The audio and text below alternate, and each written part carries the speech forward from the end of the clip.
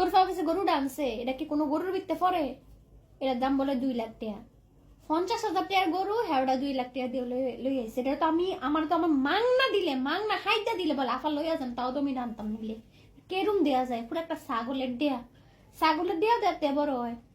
আমি কইছিলাম বলে আমার বাড়িটারে লইয়া যাও, আমার বাড়িটারে লইয়া গেলে তুমি একটা 5 লাখ টাকা গরু 1 লাখ টাকা আনতা। নিছে না, এটা হ্যার কাছে ভালো লাগছে না। হ্যার বাইরে লইয়া গেছে না, হ্যার বাইরে লইয়া যাই, হ্যাঁ অনেক একটা ছাগলের ডেয়া একটা আনছে না। এটা আমি মাংনা দিলে তো আমি জীবনও লইতাম নিলে। সবই আমার কপাল, আমি আর কিটা কমু। আমি হইলাম এই ঘরের কামলা বেটি, আমি খালি রাইন্দা দিমু, তোরা খালি খাইবি। আমি তো পরের বেটি, আমার কি এই ঘরে কোনো দাম আছে না মূল্য আছে? আমি কি এই ঘরের কোনো সদস্য? আমি তো এই ঘরের কোনো সদস্য না।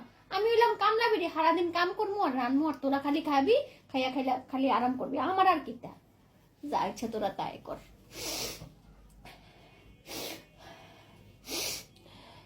এটা 30,000 টাকা মূল্য না, 50,000 টাকা তো আমি বেশিও কইছি। এই গরু 30,000 টাকা মূল্য না।